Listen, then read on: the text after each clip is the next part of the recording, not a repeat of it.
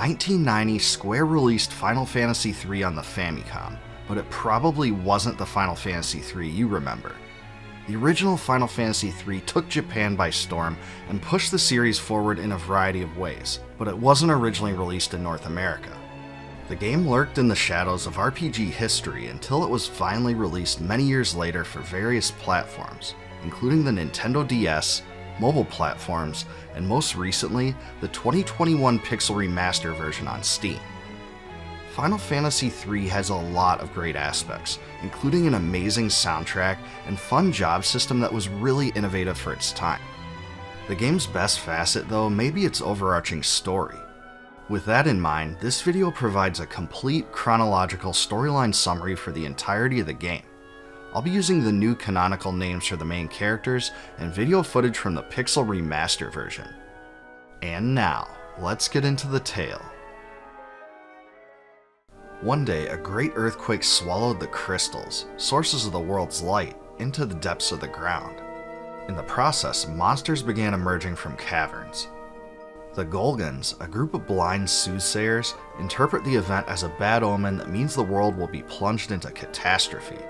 Though a great threat looms upon the horizon, legend has it that a group of 4 souls will be blessed with the power of light and rise against it. In the remote village of 4 youths, Luneth, Ark, Raphia, and Angus, were raised by Topapa, the elder of the village. The recent earthquake opened up a cave to the north, so the orphans decide to explore.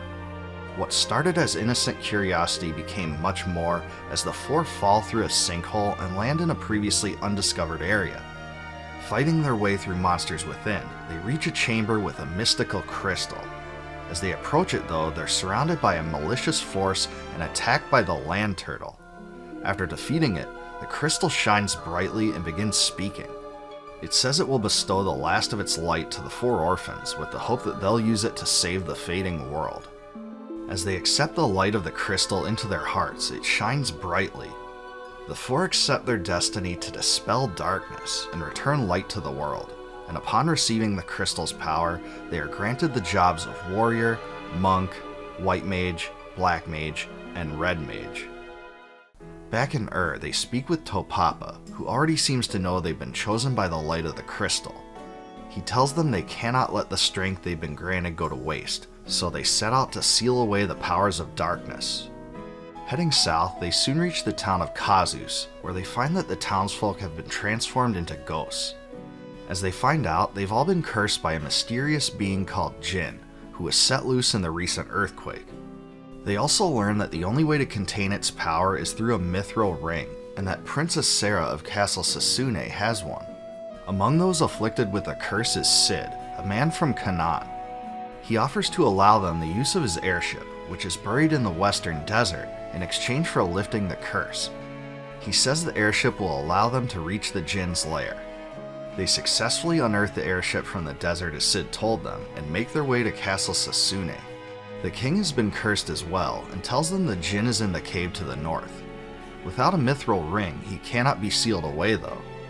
Princess Sarah, who has one, is believed to have been kidnapped by the foe. Using Sid's airship, they reach the cave. In a hidden passage, they find Princess Sarah, whose mithril ring has spared her from the Djinn's curse. She refuses to go back to safety, but agrees to travel with the team to confront the Djinn and seal him away. In the depths of the cave, they finally reach the Djinn. Sarah steps forward and attempts to use the ring, but it seems to be of no use. He attacks the party, but the 4 young orphans manage to overcome it. In his weakened state, Sarah uses the mithril ring once more, and this time the Djinn is sealed away. To remove the curses, she says the ring must be cast into the wellspring in Castle Sasune, so they all return there via the ring's transportation power. Sarah throws the ring into the wellspring, and thanks the group for coming to her aid. She leaves the party, but asks them to return when they finish their journey. In return for their deed, the king rewards the orphans with a canoe, which allows them to traverse through rivers. Back in Kazus, the adventurers catch up with Sid, who's returned to his normal form. He asks if they can return him to Canaan and joins the group. Unfortunately, they find it impossible to break the boulder blocking the way there. To fix the issue, Cid convinces the local blacksmith Taka to install a mithril prow to bust through it. The airship hurls itself toward the rock, breaking it apart but destroying the airship in the process as well. With the passage cleared, they arrive in Canaan. Cid says he can build a new airship, but it requires working with King Argus on design improvements.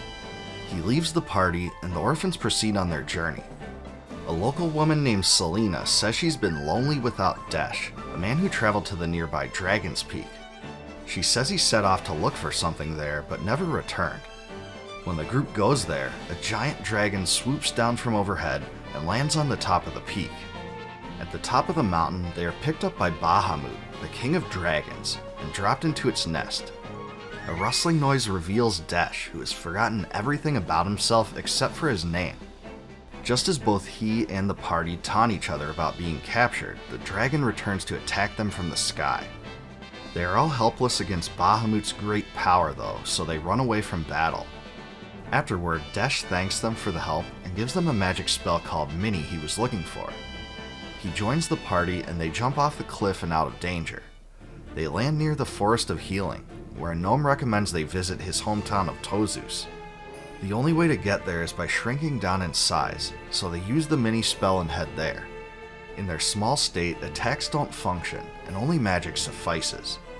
They learn that a tunnel connects the village to Maralka Basin, home of the Vikings, so they pass through it and arrive there. They learn that the recent earthquake unleashed a sea dragon called Nepto that wrecked all the ships except the Enterprise. The boss says he'll actually give the ship to the orphans if they manage to defeat the beast. They head to the Nepto Shrine, where they find a statue of the dragon with the gem from one of its eyes missing. In order to fit through the hole in the statue, they use the mini spell to shrink themselves. Within, they find a giant rat who has taken the gem. After vanquishing the enemy, they retrieve the Nepto Eye, which they place in the dragon's eye hole. This restores the sea dragon to life, and it stops its destructive impulses. He thanks the group for returning his eye, and gives them the Fang of Water, which allows them to pass through sea obstacles. With the Enterprise, they sail off to Golgan Gulch. The blind prophets tell them that they must seek out the crystals of fire, water, and earth to obtain greater powers. They are also told they must discover Desh's destiny by traveling to the Tower of Owen to the north, so they head there. The party catches a chocobo in the nearby Chocobo Woods and rides it back to the Enterprise. From there, they set sail to the tower. They use the Toad spell to go deeper inside, and Desh says the area looks familiar to him. Pressing on, he remembers there's a hidden switch on the 5th floor. After using it, they proceed to the 10th floor, where the group is confronted by Medusa. The creature says it will destroy the tower in the name of Zonde, which will cause the continent to plummet from its place in the skies. However, the team is able to defeat the adversary. Surprisingly, the event causes Desh to regain his memories. He realizes he's one of the only remaining ancients, and was tasked with watching over the tower. His awakening was triggered by a threat to the structure, but unless he fixes the tower's reactor, the continent will fall right out of the sky. He bids farewell to the adventurers and tells them to seek out the fire crystal from the land of the dwarves. Before the party can stop him, he sacrifices himself and jumps into the fiery reactor. The Warriors of Light don't understand what Desh meant by the floating continent, but his courageous act saves the tower from collapsing. When they get to Dwarven Hollows, they find that a villain named Gutsko has stolen one of the 2 cherished horns of ice, and has taken it to the nearby subterranean lake. When they get there, the group finds the thief, who refuses to hand over the horn. They're able to defeat him in battle to reclaim it, but begin to be followed by an odd-looking shadow. When they return the horn to the dwarves, Gutsko suddenly emerges out of the shadow, tricking everyone and stealing both horns of ice. He boasts of his intention to use them to clear away flames that guard the path to the fire crystal, and takes off for the mountains to the north. To track him down again, the party makes their way through the molten cave, and finds the chamber of the fire crystal in its depths. However, Gutsko has already tapped into the power of the crystal, and mutates into a powerful form called Salamander. He attacks, but is no match for the young adventurers. Now safe from danger, the fire crystal thanks the Warriors of Light and imbues them with new power. This grants them access to the Ranger, Knight, Thief, and Scholar jobs. On the way back to Dwarven Hollows, they are interrupted by a messenger from the town of Tokkul. He says that a threat called Hein, who can change his form at will, has plundered the area. He also says that a scholar would be able to see through his tricks, but dies before he can explain further. After receiving thanks from the dwarves for retrieving the Horns of Ice, they set off for Tokkul to investigate. Before they get there, they stop by the Village of Ancients, where residents say their ancestors created civilization as they know it. When the Warriors of Light reach Tokkul, Hein's servants immediately disable them with magic and arrest them. They are thrown into the Elder Tree prison in Castle Hein, where they also find King Argus in captivity. As it turns out, Hein was once the king's most trusted advisor, but came under a dark force and usurped the kingdom's authority after the recent earthquake. The king urges them to escape from the Elder Tree prison in the Living Woods, and to find and defeat Hein. Using Mini again, the party slips through their cell and tracks down Hein. He boasts of his dark power and promises annihilation for anyone who dares oppose him. He engages the party in battle, but they are able to defeat him. A voice from the walls then thanks them all. It's the Elder Tree, which says the curse Hein placed upon it has been broken. It then transports the king and his subjects back to their kingdom, and moves the living forest back to its proper location. The fairies there thank them all for helping, and the orphans are given the Fang of Wind to find their way when darkness blocks their path. At Castle Argus, King Argus thanks them all and gives them the Wheels of Time, a device constructed by the Ancients. He says it should be brought to Sid, so they head back to Canaan. With the Wheel of Time, Sid says he can transform the Enterprise into a new airship for the Warriors of Light. When he completes his work, the seafaring Enterprise can now shift into a flying airship, but can only land on water. With the airship, they fly off the edge of the continent, uncovering a new world almost totally covered by sea. On the largest landmass, they enter the Temple of Water, but a crystal shard within says that only Arya, the priestess of the temple, can interact with it. The adventurers also find a wrecked ship off the coast of a small island with 2 survivors inside. The old man says the earthquake plunged most of the world underwater, and believes that only he and the young lady survived the calamity.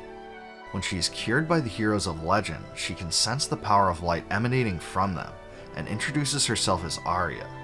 She says the water crystal once protected the people of this world, but they returned to stone when the tremor buried it underground. She offers to help the Warriors of Light find it, so they head off to the Temple of Water. With Arya, the group retrieves the crystal shard and brings it to the Cave of Tides to the north. They come across a sealed door, but Arya recites a prayer and the seal dissipates. Deep in the cavern, the Warriors of Light find the chamber of the water crystal. Arya approaches and returns the gleaming shard to the crystal. However, she notices a mysterious hooded figure approach the party and pushes them out of the way. They are saved from the foe's cursed arrow, but it strikes her instead. As it turns out, the enemy is Kraken, a servant of Zonde sent to prevent the crystal from recapturing its light. He attacks the orphans, but they make quick work of him in combat. With her dying breath, Arya thanks the group and says her purpose is now fulfilled. She transfers the power of the water crystal to the Warriors of Light, granting them access to the jobs of Geomancer, Dragoon, Viking, Black Belt, Dark Knight, Evoker, and Bard. As she fades from consciousness, another earthquake rattles them all. The world's landmass then rises out of its submerged state, and the group wakes up 3 days later in the town of Amur. They soon learn that they were rescued by the people there, and they run into the old man they met on the wrecked ship. They inform him of Arya's sacrifice, and he urges them to restore light to the world. The adventurers also discover that 4 old fellows from town have recently begun claiming that they are actually the 4 Warriors of Light. They try to leave the harbor with the Enterprise, but find that a mysterious figure named Goldor has chained the ship to the dock. They learn that his manor is across a swamp to the south, but they cannot get there without the Levergrass shoes, a relic stored in Amur's sewers. When the town's elder, Gil, learns that they are the 4 heroes of legend, the 4 fellows return to taunt the party. They claim that they are the true Warriors of Light, and leave in an attempt to beat their rivals to the sewers. The elder opens the waterway to the sewers, so they head inside. Within, they find that the 4 fake heroes are already surrounded by monsters, so the party swoops in to save them from danger. The old men give their thanks to the adventurers and admit they weren't the legendary heroes after all. Deeper in the sewer, they run into Delilah, who belittles the group and throws a pair of shoes at them. As she does so, the 4 fake heroes run in and warn the true heroes to move out of the way. As it turns out, the thrown shoes were a trap, and the real Leathergrass shoes look different. The 4 fellows vouch for the true heroes and persuade Delilah to hand them over. Now with the Leathergrass shoes, the Warriors of Light are able to cross the bottomless bog to the south of Amur and enter Goldor Manor. Fighting their way through its golden halls, they find Goldor himself in the crystal chamber in the back. Desperate to protect the crystal, he attacks the party, but he's no match for them. Before they can take the crystal though, he smashes it into pieces. He manages to escape, but drops the key to unlock the chains to the airship in the process. Free to use the airship again, they reach Duster, a remote island village populated by bards and geomancers. Their inhabitants sing songs recalling 4 heroes of darkness who banished light from the world long ago. The party also hears tales of Leviathan, a slumbering beast that dwells beneath a lake, Odin, a righteous knight sealed away in a castle, and Bahamut, the greatest dragon of all. Next they travel to Repleto, a village of evokers. They learn that a powerful evoker in the past named Noah was once able to call forth Leviathan and Bahamut. However, he eventually sealed them both away on the floating continent and disappeared from the world. A Golgan there also tells them that the power of light once flooded the world in a cataclysmic event called the Wrath of Light. Because the same is now happening with the power of darkness, chaos is disrupting the world's balance. As they fly the airship over Castle Saronia, the Warriors of Light are caught in a barrage of cannon fire and the Enterprise is destroyed. They land in the castle courtyard, where a civil war plays out between 2 factions. They soon hear that the war is the result of the king splitting his army into 2 and forcing them to fight against each other. He also exiled his son, Prince Alice, from the castle. The heroes find the prince surrounded by gold knights from the kingdom in the local pub, so they intervene and save him from danger.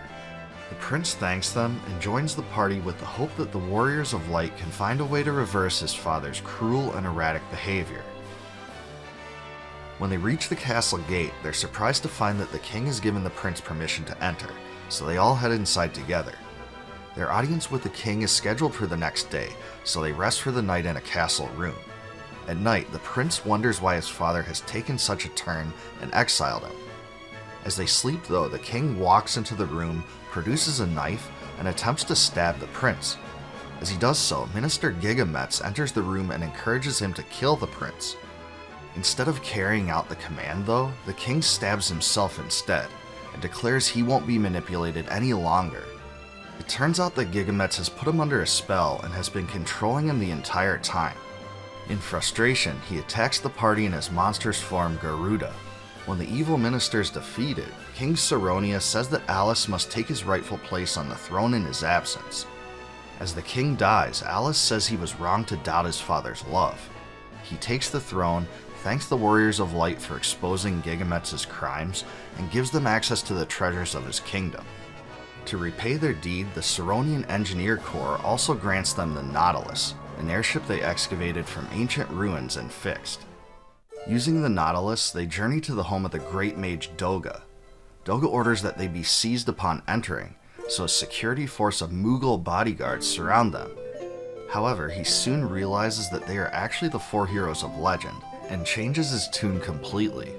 He explains that the dark force threatening the world is actually his old colleague Xande. Along with Une, the 3 were once the disciples of the great master Noah. When he died, Noah gifted Doga power over magic, Une power over the dreamscape, and Xande power over human mortality. Xande felt slighted by this arrangement, so he grew bitter and decided to poison the world. Using the Earth Crystal and ancient technology, he brought about the Great Earthquake that plunged the world into chaos. Even though it appeared Goldor destroyed the Earth Crystal, it turns out that was a fake rock Doga enchanted to produce gold, and the real Earth Crystal still exists. Doga also says that Xande is currently working to rid the world of light and feed off darkness, so he joins the party to help the Warriors of Light stop him. In the Cave of the Circle, Doga enchants the Nautilus so that it can travel underwater. He instructs them to go to the Temple of Time, where they will find Noah's lute. According to him, the instrument will allow them to reach the world of dreams and awaken Une to assist them. In the meantime, he leaves the group and sets out to fetch Eureka's key. The Warriors of Light reach the Temple of Time and find Noah's lute inside. When they touch it, it begins to play a tender tune. They then go to Une's shrine and play it for the slumbering mage. The song awakens the overseer of the Dreamscape, who already knows of Xande's destruction because Doga communicated to her in her sleep. She tells the adventurers to seek out the Invincible, an airship powerful enough to fly over the mountains. She gives the Warriors of Light the Fang of Fire, the third of 4 fangs that will allow them to bypass Xande's statues and enter his tower. Une joins the group and they all head off to the ancient ruins to the north. Within, an adamantite cave-in blocks the way forward, so Une clears the way by demolishing the obstacles in the dream world. On the lowest floor, they find the Invincible in perfect shape. The heroes take the helm and the vessel is lifted from the ocean floor. It now flies over the world, giving the group total freedom of travel. Une showcases the ship's many amenities, including a shop and a fat chocobo for storage. She says she plans to meet up with Doga, and that the Earth Fang can be found in the Cave of Shadows to the north of Amur. Before leaving the party, she also tells the heroes to return to Doga's manor once they have it, as she has something to give them. The group enters the Cave of Shadows, where a Dark Knight from Falgabard tells them that the monsters inside multiply when attacked with normal swords. Taking this advice, they make it through the depths of the cavern and find the Earth Fang. When they reach out for it though, they awaken its guardian, Hekatoncheir, and defeat him in battle. With the Earth Fang in hand, they head to Doga's manor, where Doga and Une have been waiting for them. At the end of the tunnel, the Warriors of Light are stunned to learn that they must kill both Doga and Une to complete the Eureka Key. When the group hesitates, Doga tells them that Eureka contains powerful weapons that are necessary to defeat Xande, and that the 2 mages need to generate energy in battle to complete the key. The heroes refuse to hurt them, so Doga and Une take the initiative and attack in monstrous form. When both are defeated, the Eureka Key is complete, so Doga hands it over. As he dies, he says his spirit will live on no matter what state his body is in. He instructs the team to travel beyond the statues and into the Syrcus Tower to get into Eureka. Une also hands over the Syrcus Key, which is needed to open the tower door. Before fading away, they both plead with the group to end the darkness and stop Xande. With both keys, they now march past the statues blocking the path to Syrcus Tower and enter inside.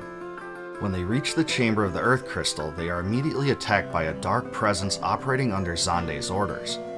It turns out to be Titan, who the party overcomes in battle. Afterward, the Earth Crystal warns of Xande's evil and bestows its power to the Warriors of Light. They are granted the jobs of Magus, Devout, and Summoner. Before leaving, the Earth Crystal tells them Xande plans to use the Syrcus Tower to summon the Cloud of Darkness, a mysterious and immensely powerful creature. Traveling through the Saronia catacombs, they find the legendary Odin locked inside the castle keep. After defeating it, they gain his powerful summoning magic. Next they head to Lake Doer, where they find Leviathan lurking inside. The Warriors of Light vanquish the foe in a grueling battle and obtain its summon spell as well. Finally, they take the Invincible to Bahamut's lair and find the King of Dragons waiting for them. His power nearly overwhelms them, but they pull it through and collect its summon. Pressing on into Syrcus Tower, the Warriors of Light walk through its crystalline halls. They find a magic mirror that transports them into Eureka, the Forbidden Land. The heroes fight their way through the area, defeating several strong bosses guarding ultra-powerful weapons. They eventually reach an area with an Elder Staff on the ground. When the Warriors of Light reach out for it, it morphs into Scylla, a multi-headed monster. When it's defeated, they receive the ultimate jobs of Ninja and Sage. Nearby on the ground is the legendary sword Ragnarok.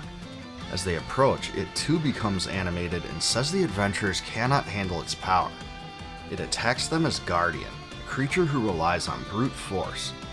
When it succumbs to the Warriors of Light, they receive the legendary sword. Higher in the Crystal Tower, the group enters a room with a mirror, and it paralyzes them as they look into it. Unable to move, the room's 5 terrifying worms prepare to feast upon them. Before they can though, Doga arrives in spirit form to help them. He says the only thing that can break the paralysis of the 5 worms is 5 hearts of pure light. He abruptly transports himself out of the tower to find them among the group's friends. First he goes to Castle Sasune and enlists the help of Princess Sarah. Next he goes to Canaan, where Sid offers to assist the team as well. The third friend, Desh, leaps out of the furnace in the Tower of Owen to lend a hand. Doga next ventures to Castle Saronia, where Alice agrees to break the curse too. Finally, he goes to Amur, where one of the 4 fellows happily answers his request for help. With all 5 hearts working together in unison, the curse of the 5 worms is broken, and the Warriors of Light are able to proceed onward. On the 9th floor of the Crystal Tower, they reach Xande himself. He's impressed that they've made it this far, but threatens the heroes and attacks. They manage to defeat him, but are alarmed to hear that they've arrived too late and that the cloud of darkness has already gathered. Suddenly, the mysterious creature appears in front of them and promises to throw the world into nothingness. It attacks, and its incredible power wipes the Warriors of Light out. The 5 friends walk into the chamber where the heroes lie on the ground and cry out in sadness over their apparent deaths. Just when all hope seems lost, the spirits of Doga and Une appear as well. Raising them from the dead, they transfer their life force to the Warriors of Light, sacrificing themselves for the benefit of the world. They reveal that Xande has been manipulated by the evil power of the Cloud of Darkness, and that only defeating the creature can bring about a new light. When they fade away, the team jumps into the void and into the world of darkness. Within, they reach the Chamber of the Dark Crystal. A Warrior of Dark appears from it and explains he was once part of a team of 4 who stopped the Wrath of Light 1,000 years ago.